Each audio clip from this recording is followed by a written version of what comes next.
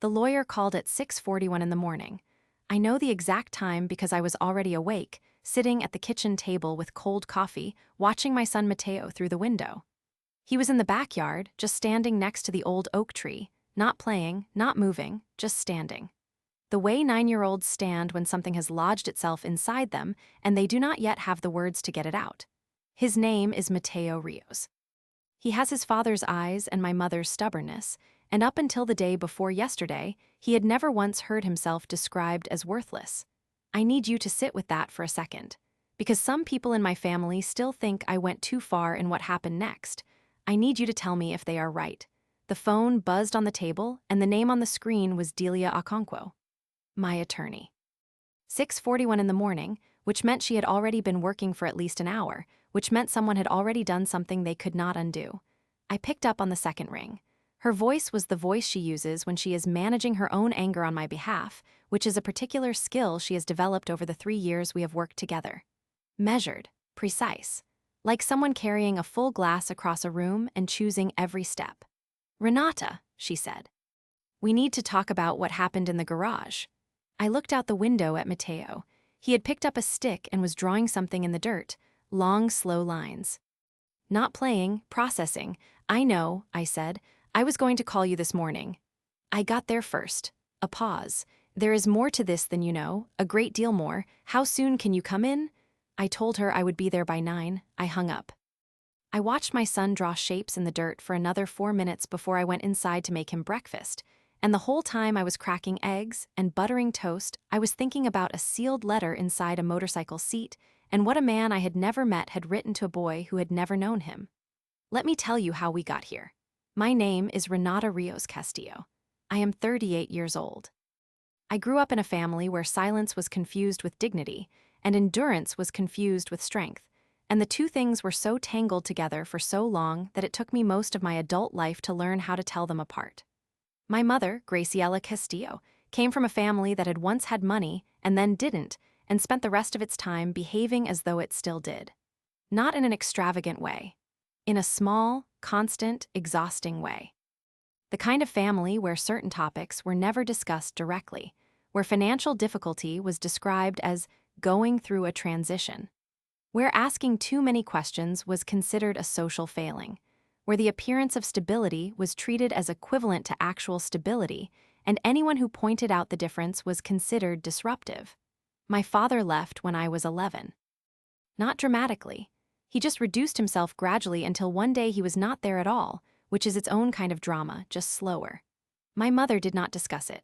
My aunt, her sister Celeste, helped raise us after that, and Celeste had a husband named Rodrigo Fuentes who worked in commercial real estate and had opinions about everything and the kind of voice that filled rooms without being asked to.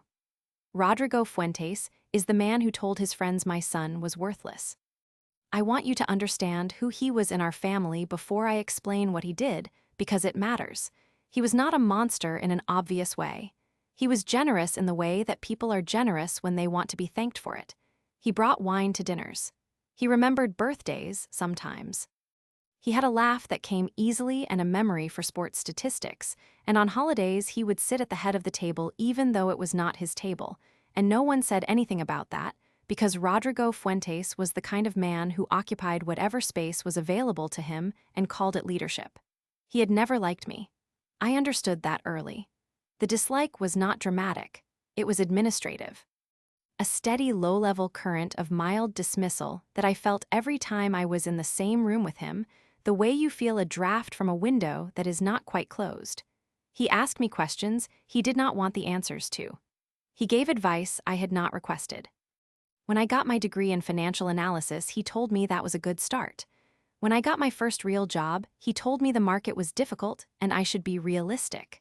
When Mateo's father disappeared before Mateo was born, Rodrigo sat at my mother's kitchen table and said, in a voice that was almost kind, that it was not surprising, given the choices I had made. I did not throw anything. I went home and signed the lease on my first real apartment, the one I had been negotiating for 2 weeks, and I sat on the floor of the empty living room and I said out loud to nobody, "Watch." That was 9 years ago. Mateo's father was a man named Daniel Rios. We were together for 2 years.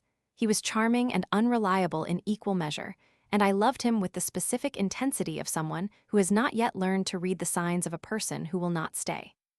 When I found out I was pregnant, he told me he needed time to think, and then he took more time than he had asked for, and more time after that, and eventually the time became permanent and he was gone. I did not chase him. I did not beg. I was 29 years old, I was employed, I had a plan, and I had a baby coming, and I made a decision in a single evening that I was going to build something that could not be touched by anyone who did not deserve to touch it. What I knew about Daniel Rios, at the time Mateo was born, was that he had a motorcycle he loved more than most things, that he had a sister in Guadalajara he rarely spoke to, and that he had a habit of disappearing when things required more than he was willing to give. I did not know about the letter. I did not know about the garage.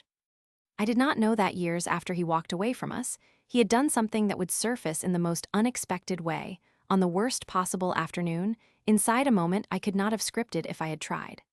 I told Mateo about his father the way you tell a child the truth when the truth is complicated, in pieces, as he was ready for them. His father had not been able to stay. That was not about Mateo. Some people are not built for the thing that requires them most. Mateo accepted this the way children accept things that arrive early enough to be simply part of the landscape. He did not rage against it. He did not seem wounded by it in the ways I had anticipated. He simply noted it, the way he noted other facts about the world, and moved forward. He was the most self-possessed child I had ever met. He still is. I need to tell you about the year I was 34, because that was when the gap between what my family believed about my life and what my life actually was became impossible to bridge, and I stopped trying. My Aunt Celeste and Rodrigo had spent the previous 2 years inviting me to family events with a particular quality of pity in the invitation, the kind where the subtext is we are including you even though you are a single mother, even though you are still renting, even though you have made choices that have left you in this position. The invitations always came with small additions. A reference to a cousin who had recently gotten married and was doing very well. A mention of Rodrigo's daughter from his first marriage, Viviana, who had just bought a house in a nice neighborhood and had a husband in tech and was expecting her second child. The additions were not cruel. They were surgical, small precise incisions that left no visible mark. At 34, I was 3 years into running my own financial consulting practice, working primarily with mid-size family businesses on restructuring and asset management. I had 3 senior clients. I had hired 2 people. My revenue that year was $412,000, which after expenses and taxes and reinvestment was not what it sounds like, but which represented something more important than a number. It represented the fact that the thing I was building was real and was working and was mine. My family did not know this. They knew I did something with money. They assumed I was a mid-level analyst somewhere, probably stressed, probably underpaid, probably one bad quarter from difficulty. This assumption served them in ways I had observed long enough to understand. My difficulty, perceived or real, kept a certain order in place. Celeste could remain the capable one. Rodrigo could remain the authority. The narrative of Renata, who had made unfortunate choices, could continue to provide contrast for the narratives they preferred. So when my cousin Fabiola's daughter turned 15, and there was a large party at Celeste and Rodrigo's house in Pasadena, and Rodrigo cornered me near the back patio and told me, with the expansive generosity of a man offering charity, that he knew someone who was hiring and he could put in a word if I needed it, I smiled, and I said that was very kind of him. I had signed a contract with a new client the week before. The engagement fee was $85,000. I went home that night and I called my attorney, who was not yet Delia Okonkwo but a different one I had at the time, and I told her I wanted to review the structure of my business holdings and make sure everything was correct. She told me everything was fine. I told her I wanted a second opinion. She sent me to Delia. That was how I found the best attorney I have ever worked with, which is the only good thing Rodrigo Fuentes has ever accidentally provided me. By the time Mateo was 7, I had bought a house. Not in Pasadena. In a quieter neighborhood 20 minutes away, a 4-bedroom with a yard and a garage and a kitchen that got morning light. I paid a down payment of $120,000 on a purchase price of $640,000, which I had managed through a combination of discipline and the knowledge that the only person responsible for my son's stability was me. I did not announce this to my family. I mentioned it the way you mention logistics. We moved. There is more space. Mateo likes the yard. Celeste came to see the house once in the first month. She walked through it with the expression of a person recalibrating a belief they are not ready to abandon. She said it was very nice. She said I must have gotten a good deal. She asked twice about the mortgage payment, and both times I redirected the conversation, and both times she let me, because she needed to believe something about my situation that was easier for her than the alternative. Rodrigo did not come. He sent a plant. The plant died. Mateo named it first and grieved it appropriately, which is the most Mateo thing I can tell you about my son. The incident that changed everything happened on a Tuesday afternoon in October, which is important because it was a school holiday and Mateo was home, and I was in my office upstairs working, and Rodrigo had come by to drop off something for Celeste, who had been at my house earlier and left her reading glasses, and I had made the mistake of letting him inside to wait while I found them. I found them in 4 minutes. In those 4 minutes, Rodrigo was in my kitchen with 2 of his friends, men I recognized from years of family events but had never spoken to at length. I could hear them from the hallway. The voices of men who believe they are not being overheard carry differently than other voices. Louder, more certain. The sentence I heard was not directed at me. It was directed at the space of the house, in the general way that men like Rodrigo speak about situations they have decided to summarize. He said, that kid is going to grow up the same way he started, worthless just like his real father. He said this to his friends, in my kitchen, in the house I had purchased, about my 9-year-old son who I believed was upstairs. I stood in the hallway with Celeste's reading glasses in my hand. Here is what I want you to understand about the moment that follows. I did not shout. I did not cry. I did not drop the glasses or make any sound at all. I walked into the kitchen and I handed Celeste's glasses to Rodrigo and I said very quietly that I needed to ask them to leave. Rodrigo started to say something and I repeated it. Leave. Now. They left. I went upstairs to find Mateo. He was not in his room. I found him in the garage 20 minutes later. He had not said anything to me when he came downstairs. He had heard what Rodrigo said, and he had done something I still cannot entirely explain in any way that does justice to who my son is. He had gone to look for evidence. Not of the insult. Of the father. He knew there was a motorcycle in the garage. I had told him once, a long time ago, in the way you tell a child the texture of a person you are trying to describe without making into a ghost. His father had loved motorcycles. There was one in the garage under a tarp that had been there since before we moved in and that I had, for reasons I did not fully examine, not sold or removed. When I walked into the garage, Mateo was standing next to the uncovered motorcycle. The tarp was folded on the floor beside him with a neatness that told me he had taken time, that this had been deliberate and careful. He was holding something, a sealed envelope, white, the edges slightly yellowed. His name written on the front in handwriting I recognized from a long time ago. Mateo looked up at me. His expression was the expression of a child who has found a door he did not know existed in a room he thought he understood. Mom, he said, did you know about this? I looked at the envelope, at his name on the front, at the handwriting. No, I said, and that was the truth. I had not known. He held the letter carefully in both hands the way he holds things that matter.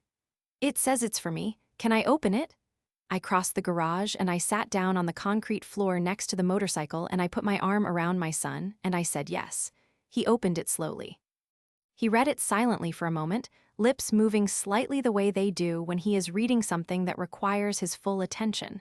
Then he looked up at me with an expression I had not seen on his face before and have not stopped thinking about since. He says he left me something, Mateo said. He says there's a lawyer.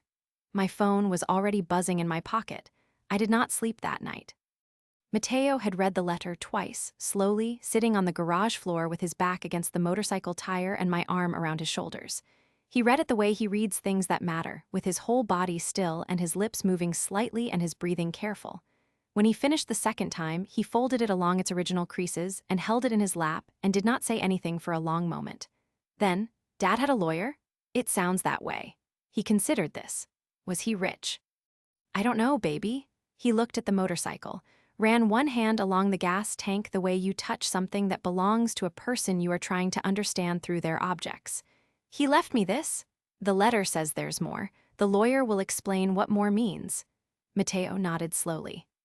He was doing the thing he does when he is organizing information, sorting it into the categories his 9-year-old mind has built for exactly this kind of situation, which is to say a situation no 9-year-old should need a category for. Then he looked up at me with the directness that has been in him since he was 3 years old, the quality that makes adults slightly uneasy because it belongs to a much older person. Uncle Rodrigo said I was worthless like my real dad, he said, not a question, a fact being verified. I heard him say that. Is he right about my dad? I thought about Daniel Rios. About the 2 years I had loved him and the years after that I had spent not thinking about him and the letter currently folded in my son's hands. No, I said, I don't think he's right about your dad. Mateo looked at the letter again. Okay, he said, with a finality that closed that particular door and moved to the next room. Can we have dinner? I'm hungry. That was my son. 9 years old, the ground shifting under everything he thought he knew, and what he needed was dinner. I made pasta. He ate 2 helpings. We did not talk about the letter again that night, and I did not call Delia until Mateo was asleep. And when I did call her and told her what had happened, she was quiet for a moment in the way she is quiet when she is thinking through implications faster than I can follow. Renata, she said carefully, I need you to read me the full text of that letter. I read it to her. It was not long. Daniel Rios had not been a man of many words, in writing or in life. But what was in it was enough to make Delia quiet again, longer this time, and then say, come in tomorrow morning, early. And bring the letter and everything you can find on Daniel Rios. I told her I didn't have much. You have more than you think, she said. I'll explain when you get here. I hung up and I sat in the kitchen in the dark for a long time after that, listening to the house settle around me. And I thought about the fact that a man I had not seen in 10 years had apparently, at some point in those 10 years, done something careful and deliberate and quiet on behalf of a child he had never met. And I did not know what to do with that yet.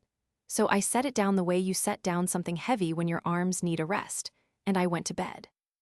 Let me go back, because the morning call with Delia was not the beginning of the preparation. The preparation had started years earlier, built in layers, each one placed with the specific intention of making certain that when a moment like this arrived, I would be standing on solid ground. I need to explain what I had built and why nobody in my family knew about it.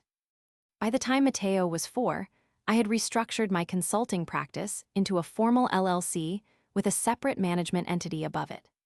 This was Delia's architecture, designed for reasons that were partly tax efficiency and partly the kind of protection that comes from having your assets properly separated from your operating exposure.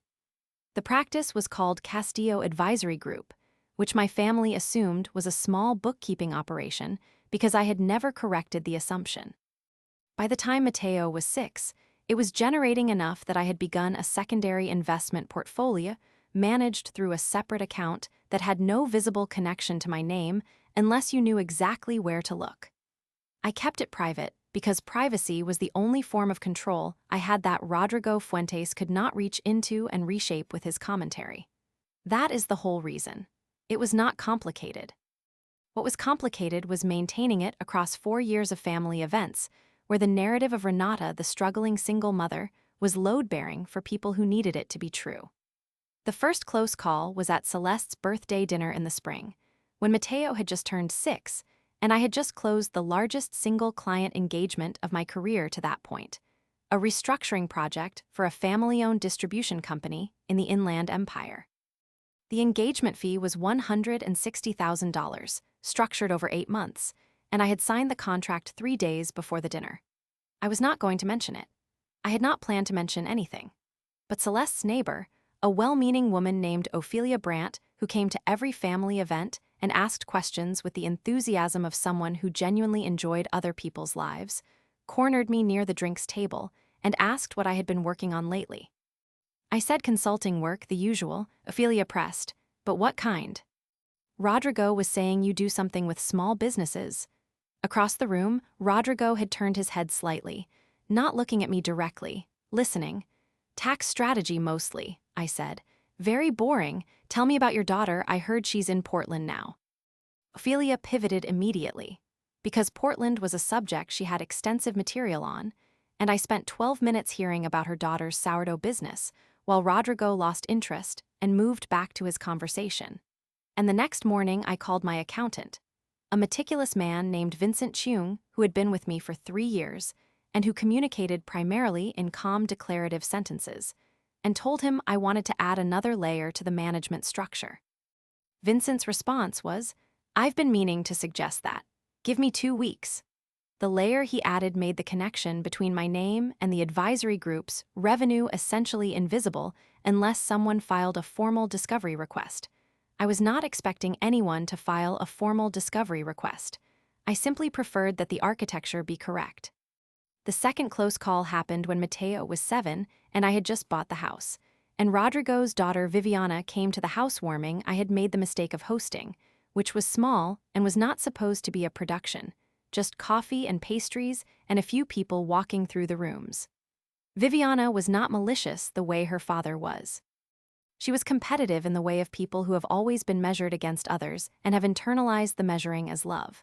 She walked through my house with an expression that she was trying to make neutral and was not quite managing, and when she reached the kitchen she stopped and looked at the appliances, which were good ones, not extravagant but clearly not cheap, and she said, with a brightness that had an edge under it, "This must have stretched you pretty thin.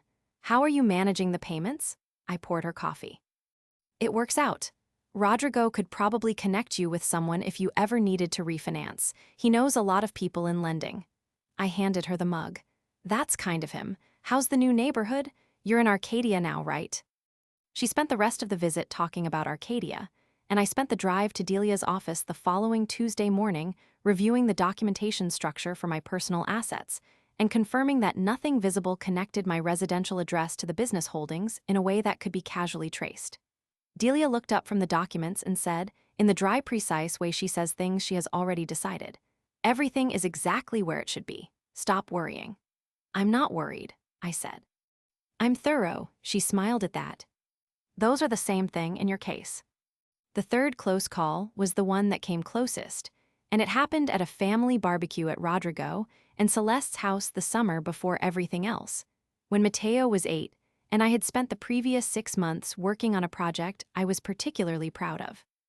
A full restructuring engagement for a regional hospitality group that had come to me through a referral, a complex piece of work that had required bringing in 2 outside specialists and had resulted in a fee structure I had negotiated over 4 months. The total engagement value was $230,000, split across a year.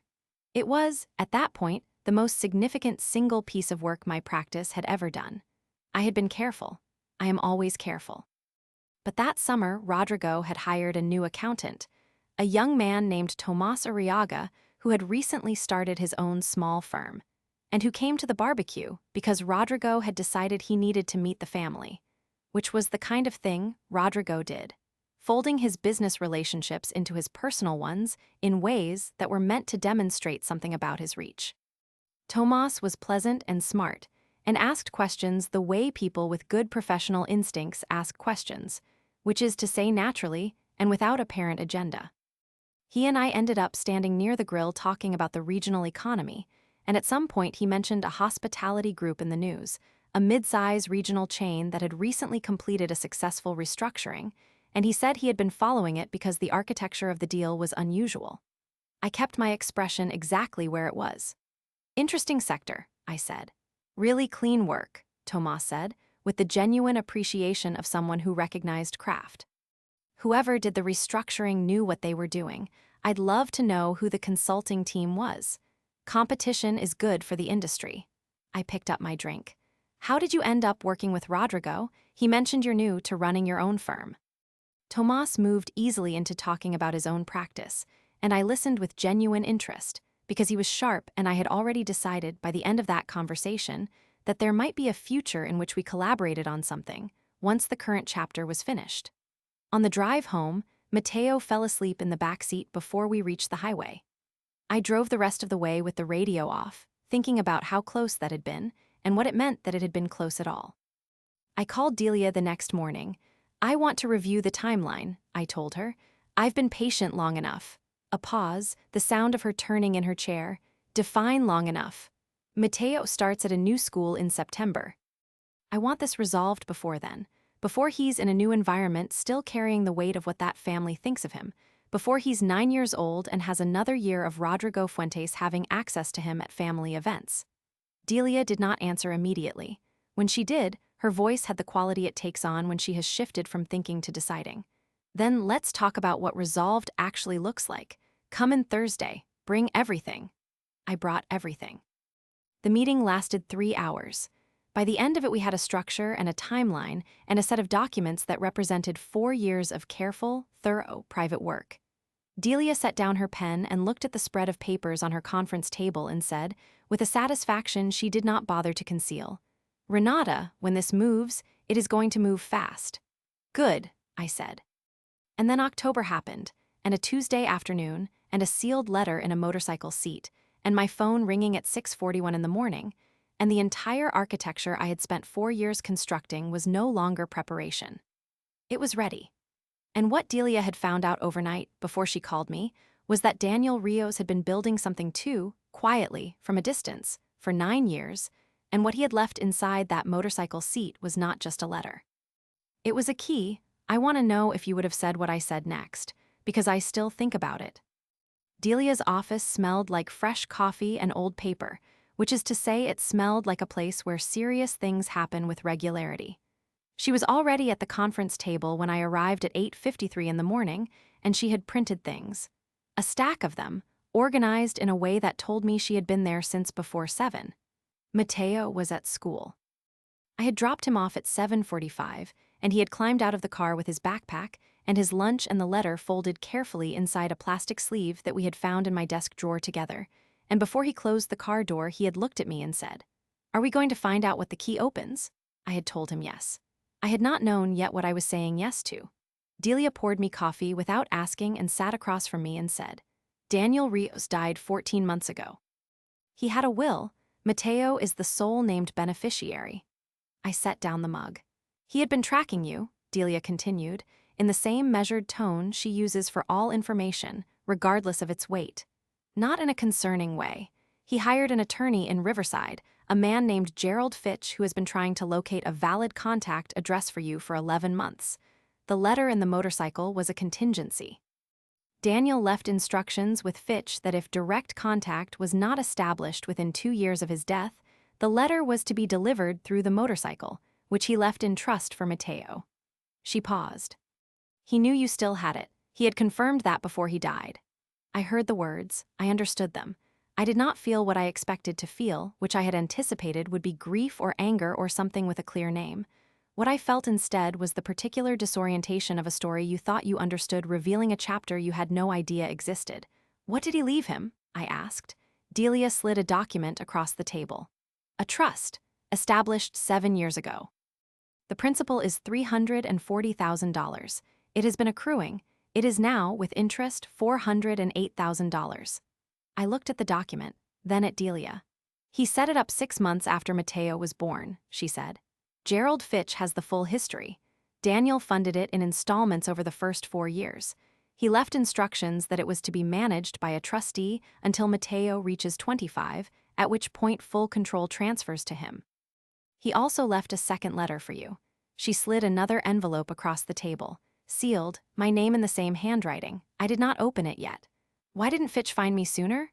You moved twice. Your business address is not publicly connected to your personal one, which you arranged deliberately, which is both the reason he couldn't find you and the reason your assets are protected in the way they are." A pause.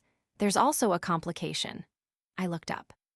Delia's expression was the expression of a woman about to deliver information that requires the listener to remain seated. "Rodrigo Fuentes filed an inquiry with the probate court in Riverside 3 months ago. He identified himself as Mateo's legal guardian." The room did not change. The light did not change. Something shifted in my chest, a specific cold thing, and I kept my face exactly where it was. "He's not Mateo's guardian," I said. "He has no legal relationship to Mateo whatsoever." "Correct. The filing is fraudulent. Fitch flagged it immediately and it has not been acted upon, but it is on record, and it tells us that Rodrigo knew about the trust before you did." Delia folded her hands. "Someone told him. We don't know who yet, but he has been attempting to position himself as the managing adult for a child he has no legal claim to, in order to access a trust he has no legal right to touch." I thought about Rodrigo in my kitchen 2 days ago, about the words he had said to his friends about my son. I thought about whether those words had been cruelty for its own sake, or whether they had been the behavior of a man who had already decided Mateo was an asset to be managed and was annoyed by the inconvenience of Mateo's existence as a person. "What do I need to do?" I asked. "Several things," Delia said. "The first is to formally establish your sole legal guardianship on record with the Riverside Court, which we should have done as a formality long ago and which is now urgent. The second is to have Gerald Fitch formally close Daniel's estate with you as the point of contact for Mateo's trust. The third is to contact the Riverside Court directly about the fraudulent filing." She looked at me steadily. "And the fourth, which I want you to think about carefully, is what you want to do about Rodrigo." I had been thinking about it since the moment I heard his voice in my kitchen. "Everything," I said. "I want to do everything." Delia nodded once, the way she nods when a decision has been made that she agrees with and does not need to discuss further. "Then I need 2 days to prepare the filings. Can you hold until Friday?" Friday was 4 days away. Rodrigo and Celeste were hosting a dinner on Saturday, a monthly family gathering that I had been attending for years with the strategic patience of someone who understood that the room was useful, that being present was information, and that the time to stop attending had not yet arrived. I looked at Delia. "What if I give him until Saturday?" She considered this for approximately 3 seconds. "If you give him until Saturday, I want everything filed by Friday afternoon so that when Saturday arrives you are not preparing, you are executing. That's what I want." She reached for her pen. "Then let's start." I spent Thursday in the kind of focused silence that only arrives when something that has been potential for a long time becomes actual. Vincent Chung came to my office in the afternoon, and we reviewed the business documentation for 2 hours, and at the end he stacked the papers into a neat pile and said, in his precise way, "Everything is correct. It has always been correct. You have been ready for longer than you knew." I called Gerald Fitch in Riverside at 4 in the afternoon. He was a quiet man with the voice of someone who had delivered difficult news so many times that the delivery had become its own form of care. He confirmed everything Delia had told me. He confirmed the fraudulent filing. He confirmed the trust amount. He told me that Mateo's father had, in his words, asked him every year for 6 years whether the trust was growing appropriately, which is how Gerald Fitch said that a man who had not known how to stay had spent 6 years making sure his son would be held. I opened Daniel's letter to me that evening, after Mateo was asleep. It was not long. It said, "I know I don't get to ask for anything. I'm not asking. I'm just telling you that he deserved better from me and I knew it and I couldn't fix the part that mattered. I fixed what I could. Tell him the motorcycle is his when he's ready for it. I kept it because it was the thing I was going to teach him on. I know you'll teach him better things. I'm glad he has you." I folded it back up. I sat with it for a long time. Then I put it in the drawer with my own important documents in the file labeled Things to Keep, and I went to bed. Friday, Delia called at 4:47 in the afternoon. "Everything is filed." A pause, and then, with the quiet satisfaction of a woman who is very good at her work and knows it, "We are ready whenever you are." I was already dressed for Saturday.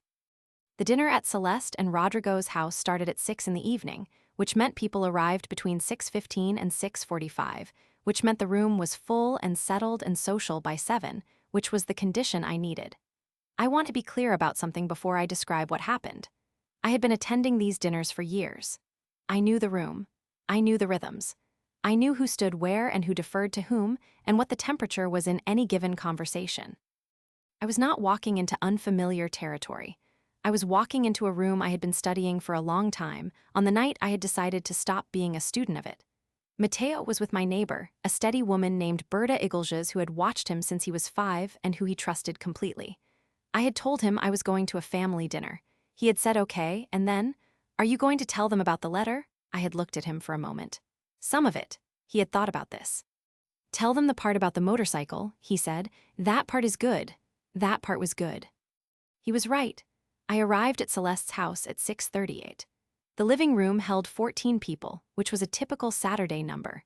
Cousins, Celeste's friends, Viviana and her husband Nestor. A couple I recognized from previous years named the Balderrama Ortizes, and Rodrigo at the center of it, holding a glass of red wine and telling a story about a property deal in Glendale that had required, apparently, his particular expertise at a critical moment. He saw me come in. He did not alter his expression. This was interesting. Celeste kissed my cheek at the door and asked where Mateo was, and I told her he was with Berta, and she said she hoped he was feeling better, implying an ailment that did not exist, which was her way of accounting for his absence without asking directly whether his absence was related to what her husband had said in my kitchen. She had not called me since Tuesday. I had not called her. We were both aware of this. I found a seat near the window, close to Fabiola, who was Celeste's niece and 26, and the person in the room I trusted most, not because she was an ally, but because she was honest in the unconscious way of people who have not yet learned that honesty is a choice. Fabiola noticed things and said what she noticed without performing it, and she had been at enough of these dinners to have a complete picture of the family architecture. She looked at me when I sat down. "You okay? I'm good." She studied me for a moment with the attentiveness of someone who knows the difference between a person who is okay and a person who is about to do something. "You look like you're waiting for something." "I'm just here for dinner," I said, and smiled, and meant approximately none of it. "I want to know if you would have waited through the appetizers." I did. I had 2 glasses of water, and listened to Rodrigo hold court from the center of the room for 40 minutes. And the whole time I was watching the room arrange itself around him, the way rooms do around men who have occupied them long enough that the furniture has adjusted. And I was thinking about my son's face in the garage, and the letter in the plastic sleeve, and the fraudulent filing in a riverside court, and the $408,000 sitting in a trust that Rodrigo Fuentes had been attempting to position himself to control. Dinner was served at 7:30. I sat at the far end of the long table from Rodrigo, which put Celeste between us, which was both practical and appropriate given what was about to happen. Viviana was to my left. Fabiola was across from me. Nestor, Viviana's husband, was next to Fabiola, eating quietly and saying little, which was his typical mode. He was a civil engineer who had married into this family and dealt with it the way thoughtful people deal with environments they did not design. Politely, and with a private inner life he kept to himself. The conversation moved through the usual terrain. Rodrigo's Glendale deal concluded, someone's renovation, a cousin's new job, the Balderrama Ortiz's trip to Cabo. Normal, easy, the room warm and full and confident in itself. Then Rodrigo looked down the table at me. "Renata." He set down his fork with the deliberateness of a man who has decided to be generous. "I heard about the situation with the motorcycle. Celeste told me." He gestured with his wine glass. "I want you to know there are no hard feelings about the other day. If you have questions about how to handle whatever Daniel Rios left behind, I know people who can help you navigate it. Probate can be complicated." The table noticed, not loudly. A small recalibration, a handful of heads turning slightly, the particular attention of people who have registered that a conversation has shifted register. I looked at him. I set down my own fork. "That's generous of you, Rodrigo," he nodded. "Family takes care of family." "It does," I said. "I was actually hoping we could talk about that tonight." Something moved through his expression, very brief, the adjustment of a man who had expected deference and received something that sounded like it but did not feel like it. "Of course. You filed a document with the Riverside Probate Court 3 months ago." I kept my voice at the same register as everything else at the table. Dinner conversation. Pleasant. "Identifying yourself as Mateo's legal guardian." The table went from background noise to careful attention in the space of 2 seconds. Not silent, just focused. Rodrigo's expression did not collapse. He was a man of practiced composure. What it did was settle, like something cementing in place. "I don't know what you're referring to." He looked at his wife briefly. Celeste was very still. I reached for my bag on the empty chair beside me and removed a folder, which I placed on the table in front of me without opening it. "I have a copy of the filing. It was submitted to the court on behalf of Rodrigo Alejandro Fuentes, this address, citing a familial relationship to a child named Mateo Daniel Rios." Viviana, to my left, had put down her fork. "Rodrigo," Celeste's voice was careful. The voice of a woman managing a situation she had not been briefed on. "What is she talking about?" It was a formality. Rodrigo's tone was the tone of a man reframing. Smooth, practiced. When I found out the child had an inheritance coming, I wanted to make sure there was a responsible adult in a position to protect it. "Renata has been difficult to reach." "I have been difficult to reach," I said pleasantly. "Because you do not have my contact information, because you are not a family member of record, because you have no legal relationship to my son, and because the filing you submitted contains 4 factual misrepresentations, which my attorney has already communicated to the court. The silence beat was the first one. The table used it. Fabiola was watching me with an expression that had moved from her baseline attentiveness into something more concentrated. Nestor had put down his silverware and was looking at Rodrigo with the patient attention of a man doing structural calculations. "Your attorney." Rodrigo's voice had acquired a quality it had not had a moment before. Not loud, tighter. "You have an attorney involved in this." "I've had an attorney for 4 years," I said. "Her name is Delia Okonkwo. She filed the formal guardianship documentation with the Riverside Court on Friday afternoon." My documentation. As Mateo's mother and sole legal guardian. I opened the folder and placed the top document face up on the table. "This is the court confirmation." He looked at the document from across the table. The distance was enough that he could not read it, but enough that he could see it was real. "Renata, I think you're misunderstanding my intentions. I was acting in Mateo's interest." "Were you?" I kept my voice exactly level. "Because the trust Daniel Rios established for Mateo was set up 7 years ago, funded over 4 years, and is currently holding $408,000, which you knew because someone told you 3 months ago before his own mother was informed. And your response to that information was not to call me. It was to file a document positioning yourself to control it." The room's temperature changed, not metaphorically. People leaned or stilled or looked at their plates. Viviana had turned toward her father with an expression that was making its way toward something she had not decided yet. Nestor looked at his wife once and then back at Rodrigo with the expression of a man revising something he had previously believed. "That money should be managed by someone who knows what they're doing," Rodrigo said. The warmth had left his voice now. What was under it was harder and more honest. "You have been making this up as you go for 9 years. A child's inheritance is not a project for a woman who is still figuring out her finances." The second silence beat. "If you're still here, hit like. Because that sentence is what 9 years of small incisions looks like when the mask finally comes off." I let it sit for exactly long enough to be heard by everyone at the table. Then I removed the second document from the folder. "I want to show you something," I said. "This is an earnings summary for Castillo Advisory Group. My consulting practice, which I have been running for 6 years." I placed it on the table. Last year's revenue was $720,000. The room was fully present now. Nobody was eating. Rodrigo's jaw tightened. His hand on the wine glass had not moved. "That's not possible. It is documented." I placed a third document beside the second. "These are my business holdings, the management entity above the practice, the investment portfolio established 4 years ago." I placed a fourth document. "And this is the current value of my personal assets, which my attorney assembled for this conversation." I looked at him. "I don't need someone to manage my son's inheritance.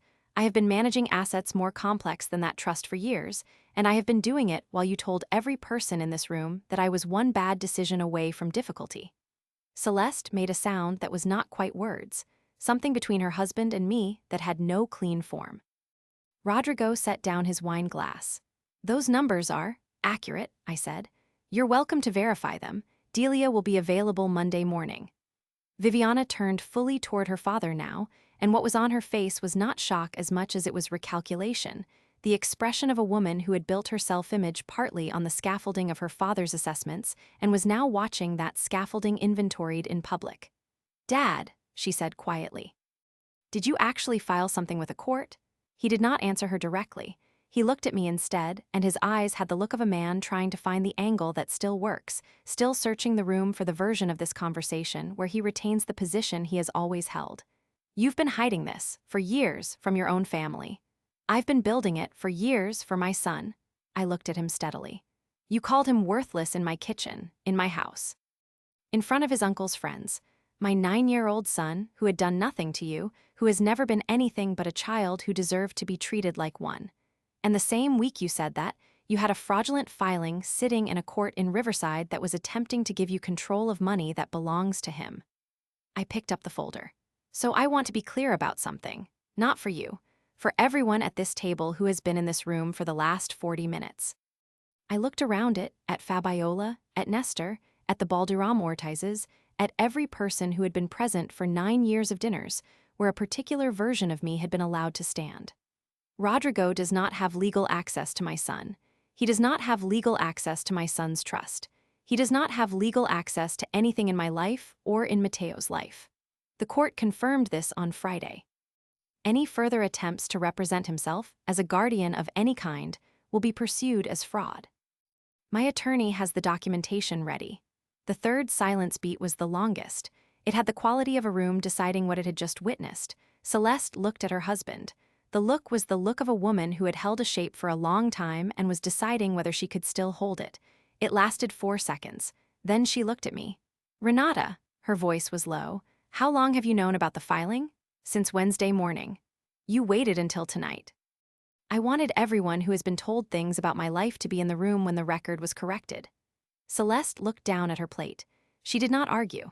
Fabiola, across from me, had the expression of someone who understood exactly what they had just watched and was deciding what it meant for everything she thought she knew about her family. Nestor spoke for the first time, quietly and without drama, the voice of a man stating what he has observed.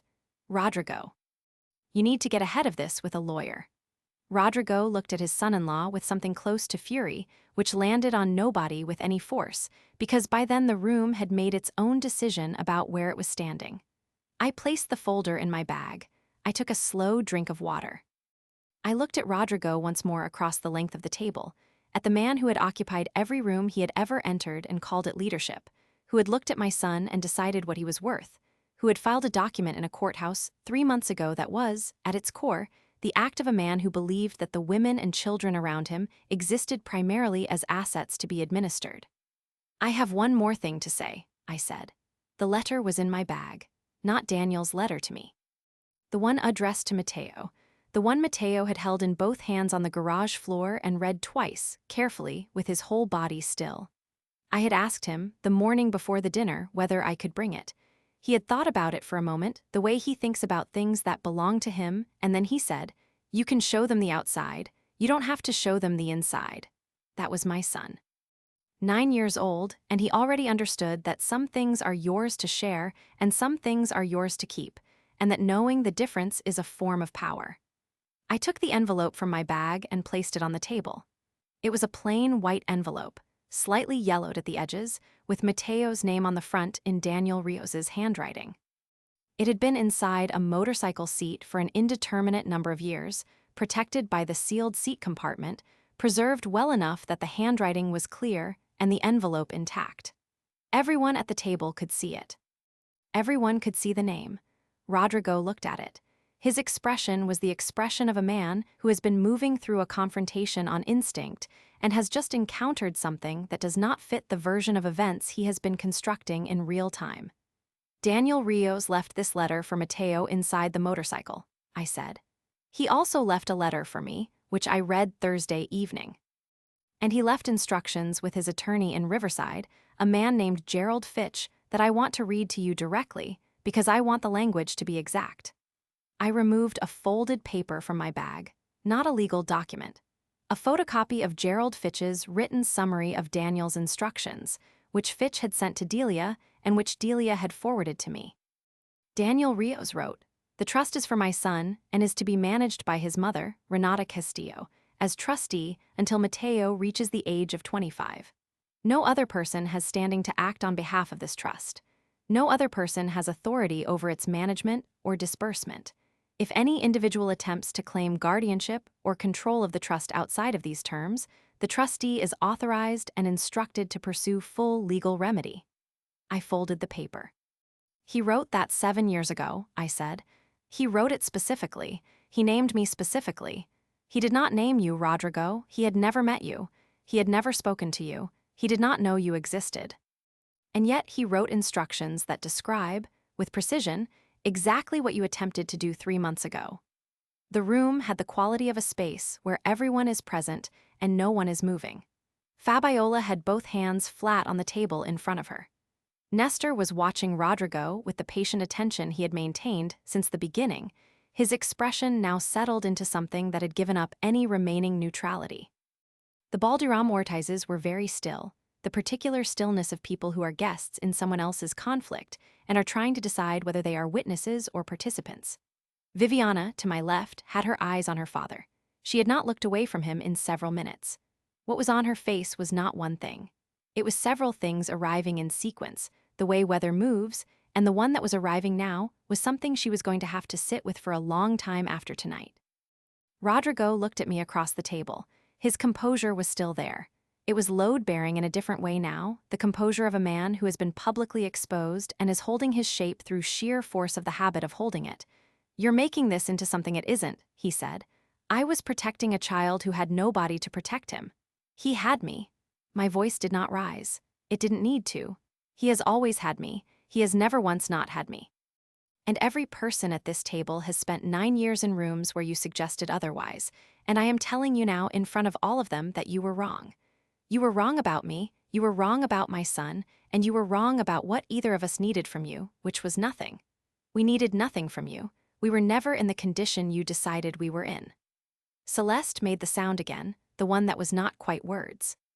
Her hands were in her lap and her eyes were on the tablecloth, and the expression on her face was the expression of a woman who has known, on some level, for some time, that a reckoning was structural, and has been hoping it would arrive in a form that she could manage, and has just understood that it hasn't.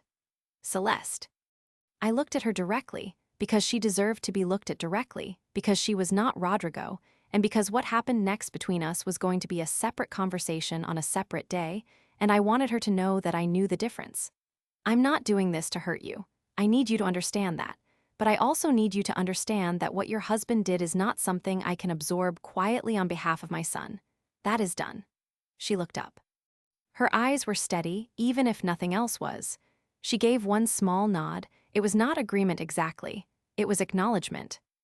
It was the acknowledgement of a woman who understands that a line has been crossed that she cannot uncross on someone else's behalf, and who is going to have to decide what that means for her, in her own time, in her own way. Rodrigo pushed back his chair. "I'm not going to sit here and be." Delia Okonkwo filed a formal complaint with the Riverside Court on Friday afternoon. I kept my eyes on him. The fraudulent guardianship filing is on record. The court has been notified of the misrepresentations. Gerald Fitch has submitted a statement confirming the terms of Daniel's trust and my status as sole trustee. If you attempt any further contact with the trust, with Gerald Fitch's office, or with any court on the subject of my son's guardianship, the next conversation will not be at a dinner table. I picked up the envelope with Mateo's name on it and placed it carefully back in my bag. It will be with a judge. He stood. He was a man who was very good at standing, who had always used the physical fact of himself as a kind of argument. He stood, and he looked at me from the full height of a man who had been the authority in every room he had entered for 60 years. And for the first time in the 9 years I had known him, the standing did not do what it had always done, because the room had already decided. Nestor looked at his father-in-law without expression and said, with the flat even-handedness of an engineer describing a load-bearing failure, "Rodrigo, sit down or leave. Those are your options." Rodrigo looked at his son-in-law. He looked at his daughter, who had turned away and was looking at the window with an expression that was doing a great deal of private work. He looked at Celeste, who was looking at her hands.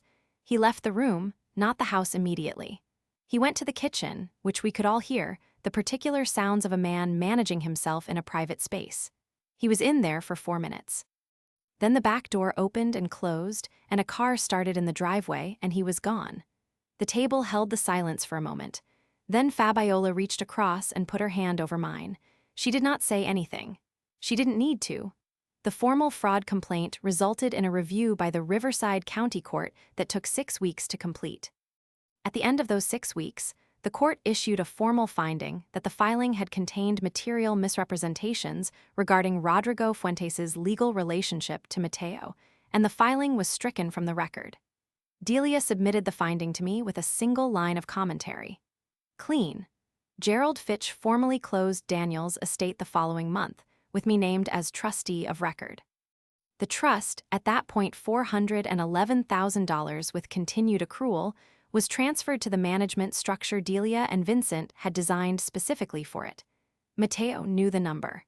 I had told him simply, "Your father left you something to build with when you are ready to build." He had thought about this for a moment and then said, "Can the motorcycle count as part of it?" I had said yes. He seemed satisfied. The Riverside Court's finding was, by its nature, a public court record.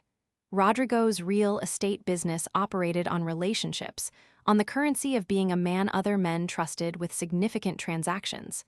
The finding did not end his business. But within 3 months of its becoming available, two long-standing clients did not renew their engagements with his firm. He did not know that I knew this. I knew it because Tomas Arriaga, the young accountant I had met at the barbecue, called me 2 months after the dinner to introduce himself formally and mention that he had become aware of the court record and wanted to express, in his careful professional way, that he had found the dinner conversation clarifying in several respects. We have since worked together on 2 client projects. He is as sharp as I thought he was. Rodrigo and Celeste are still married. This is their choice to make, and I have made my peace with the fact that it is not mine. Celeste called me 6 weeks after the dinner. The conversation was not easy and was not short, and at the end of it we had not resolved everything, because some things cannot be resolved in a single phone call. But she said, in a voice that had the quality of something being set down after a long carry, I knew something was wrong with the filing. I didn't ask enough questions. She did not make it into more than that. I found that I respected her more for not making it into more than that. We are not where we were. I do not know yet where we will be. But the door is open in a way that is honest, which is more than it was before. Viviana called me once, a month after the dinner, and asked if Mateo would want to know his cousin, her daughter, who was 4 and who she described as relentless and funny and very loud. I said I thought Mateo would find that appealing. We have had 2 Sunday afternoons at a park since then. Her daughter is, in fact, relentless and funny and very loud. Mateo is patient with her in the way he is patient with things that are smaller and moving faster than he is. It is one of his best qualities. Mateo is doing well. He sits on the motorcycle in the garage sometimes, not going anywhere, just sitting on it the way you sit on something that connects you to a version of a story you are still understanding. He asked me last month if he could put a photo of his father somewhere in his room. I found the only photo I had, which was from a long time ago, and which I had kept in the same drawer as the important documents without ever quite deciding why. I had it printed and framed, and he put it on his bookshelf between a trophy from his soccer league and a ceramic frog he won at a school fair, which is exactly the right company for it. I did not go back to those Saturday dinners. Not permanently. In 4 months, I will go to Fabiola's engagement party, which she is hosting at a restaurant in Alhambra, and I will sit at a table with people who were in that dining room, and we will eat and talk, and the evening will be whatever it will be. I am not afraid of the room. I was never afraid of the room. I was just waiting until the room knew the truth, and now it does. My practice had its best year on record in the 12 months since the dinner. I hired a 3rd advisor in January, and we are considering a 4th. Vincent Chung sent me the year-end numbers with a note that said, characteristically, correct as expected. Delia sent flowers. Mateo turned 10 in February. I took him and 4 of his friends to an arcade in the valley, and he spent 40 minutes at a motorcycle racing game and came back with enough tickets for a large stuffed bear that he immediately gave to the youngest kid in the group because, as he explained, she had run out of tickets and seemed sad about it. He said this with the same matter-of-fact directness with which he says everything, as though giving the bear away was simply the obvious next step and did not require commentary. That is my son. Still the most self-possessed person I know. I do not miss the version of Saturday evenings where I sat at a long table and let a particular story about my life go unchallenged. I do not miss the patience it required, or the strategic silence, or the careful management of what was visible and what was not. I am glad I built what I built in the way I built it, with the time it took and the privacy it required, because when the moment came, I was standing on ground that could not be moved. But I think about what Rodrigo said in my kitchen sometimes. Worthless, just like his real father. I think about the fact that the man he was dismissing had spent 6 years quietly funding a trust for a child he had never met, and that a man who was in my kitchen with wine and opinions and the total confidence of someone who has never been seriously questioned, had no idea. And I wonder what Rodrigo Fuentes has ever built that he thought about for 6 years after he walked away from it. I have not come up with an answer. Here is what I want to know from you. Rodrigo's family still thinks I ambushed him, that I had all of this information and I chose a dinner table full of people instead of a private conversation, and that the way I did it was designed to humiliate him publicly rather than resolve things quietly. My mother, when I told her everything, said, "You could have called him first. Maybe she has a point. Maybe I should have given him a private chance before I gave him a public one." Or maybe a man who files a fraudulent court document to take control of a 9-year-old's inheritance does not get to decide what kind of room he's held accountable in. I genuinely want to know what you think. Tell me in the comments.